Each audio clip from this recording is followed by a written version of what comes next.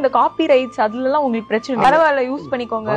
இப்ப copy rights வந்து எனக்கு பணம் தான் வரும், புகழ் இல்லையே. கருகற்கள்பை வந்து காப்பி ரைட்ஸ் என்கிட்ட இல்ல, நான் அதெல்லாம் கேட்கறது இல்லைன்னு என் பாட்டை போடுறாங்கல்ல, அதனால நான் திரும்பி வந்து வரேன் இல்ல. இப்ப 2K கிட்ஸ் வரைக்கும் தெரியுது இல்ல எல்லாருக்கும். அந்த இதுல நான் அதை விட எனக்கு இதான் முக்கியம்.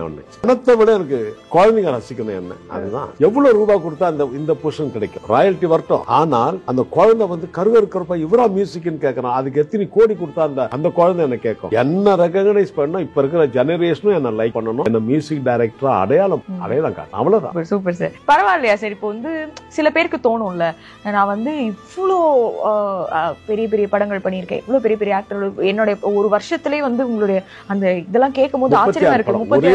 36 படம். அண்ட் நீங்க வந்து 3 வருஷத்திலேயே கிட்டத்தட்ட ரொம்ப 30 படங்களுக்கு மேல நீங்க வந்து பண்ணிட்டீங்க. இந்த மாதிரி நிறைய சாதனைகள் இருக்கு. ஆனா வந்து இந்த காலத்து குழந்தைங்க வந்து இவர் வந்து கருகருப்பை விஜய் சார் படத்துல அப்படி சொல்லி உங்களை ரெகக்னைஸ் பண்றது நீங்க அவ்வளவு ஸ்போர்ட்டிவா எடுத்துக்கிறீங்களே. அது வேணுமா? அது எவ்வளவு ரூபாய் கொடுத்தா இந்த பொசிஷன் கிடைக்கும், ராயல்டி வரட்டும். ஆனால் அந்த குழந்தை வந்து கருகற்கள்பை இவரா மியூசிக்னு கேட்கறான், அதுக்கு எத்தனை கோடி கொடுத்தா அந்த குழந்தை என்ன கேட்கும். சோ பரவாயில்ல, நீங்க அப்படியும் உங்களை ரெகக்னைஸ் பண்ணாலும் ஓகே தான். என்ன ரெகக்னைஸ் பண்ணணும், இப்ப இருக்கிற ஜெனரேஷனும் என்ன லைக் பண்ணணும், என்ன மியூசிக் டைரக்டரா அடையாளம் காட்டணும், அவ்வளவுதான். Super super sir. அண்ட் நம்ம பேசின மாதிரி இந்த காம்போஸ் வந்து சூப்பரா ஒர்க் ஆயிருக்கு சார். நீங்க வந்து நான் கேள்விப்பட்டேன், இனிஷியலா வந்து ரஜினி சாருக்கு வந்து ஒரு சின்ன தயக்கம் இருந்தது, உண்மையான எனக்கு தெரியல, கேள்விப்பட்டேன். நீங்க தப்பா சொல்றேன்னா நீங்க சொல்லுங்க.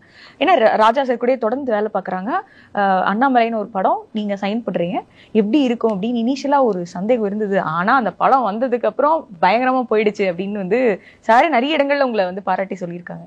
சோ அது உண்மையா சார்? அந்த ஒரு தயக்கம் சில இருந்ததா சார் என்ன போடுறதுக்கு? கண்டிப்பா இருந்திருக்கும். ஏன்னா நிறைய படங்கள் ஒரு கம்போசர் பண்றாரு, இந்த படத்தை கொண்டு போயிட்டு ஒரு இப்பதான் வர மியூசிக் டைரக்டர் கிட்ட கொடுத்தா என்ன ஆகுமோன்னு பயப்படுறதுக்கு சான்ஸ் இருக்குல்ல. நீங்க வந்து ஒரு 4-5 வருஷத்துக்கு அவ்வளவுதான். அப்போ வந்துருச்சு அந்த படம். நிறைய இன்சிடென்ட்டும் நடந்தது. அவங்க ரசிகர்களே என்ன மிரட்ட கூட ஆரம்பிச்சாங்க. ஏன்னா அவங்களுக்கு வந்து தலைவர் படம் மியூசிக்கெல்லாம் அப்படி இருக்கணும்னு ஒரு ஆசை தானே, அது கூட தப்பா இல்லை. ஆனா அதே ரசிகர்களே என்ன தலை மேல தூக்கி வச்சு ஆடினாங்க படம் ரிலீஸ் ஆன பிறகு. அது வந்து ஒரு வாழ்க்கையிலேயே ஒரு ஹார்ட் ஒர்க்கான இடம் அந்த எபிசோட். அண்ணாமலைக்கு கம்போஸ் பண்றது தான் வெறித்தனமா பண்ணிருக்கீங்க போல. வெறித்தனம்னா வெறித்தனம். இன்னைக்கு ஒரு உண்மையை சொல்றேன், அத சுரேஷ் கிருஷ்ணா சார் டைரக்டருக்கு கேட்டு பாருங்க. ரஜினி சாருக்கு தெரிஞ்சிருக்க சான்ஸ் இல்லை, ஏன்னா அவர் ஷூட்டிங்ல இருந்திருப்பாரு. எல்லா பாட்டும் நான் தொட்ட முதல் பாட்டுங்க தான். அதுக்கு மேல இது ஒரு அண்ணாமலை ஆசை வச்சானாலும் ஒரு டியூன் தான். அதை விட ரக்க கட்டி பறக்குது அந்த படத்துல தானே.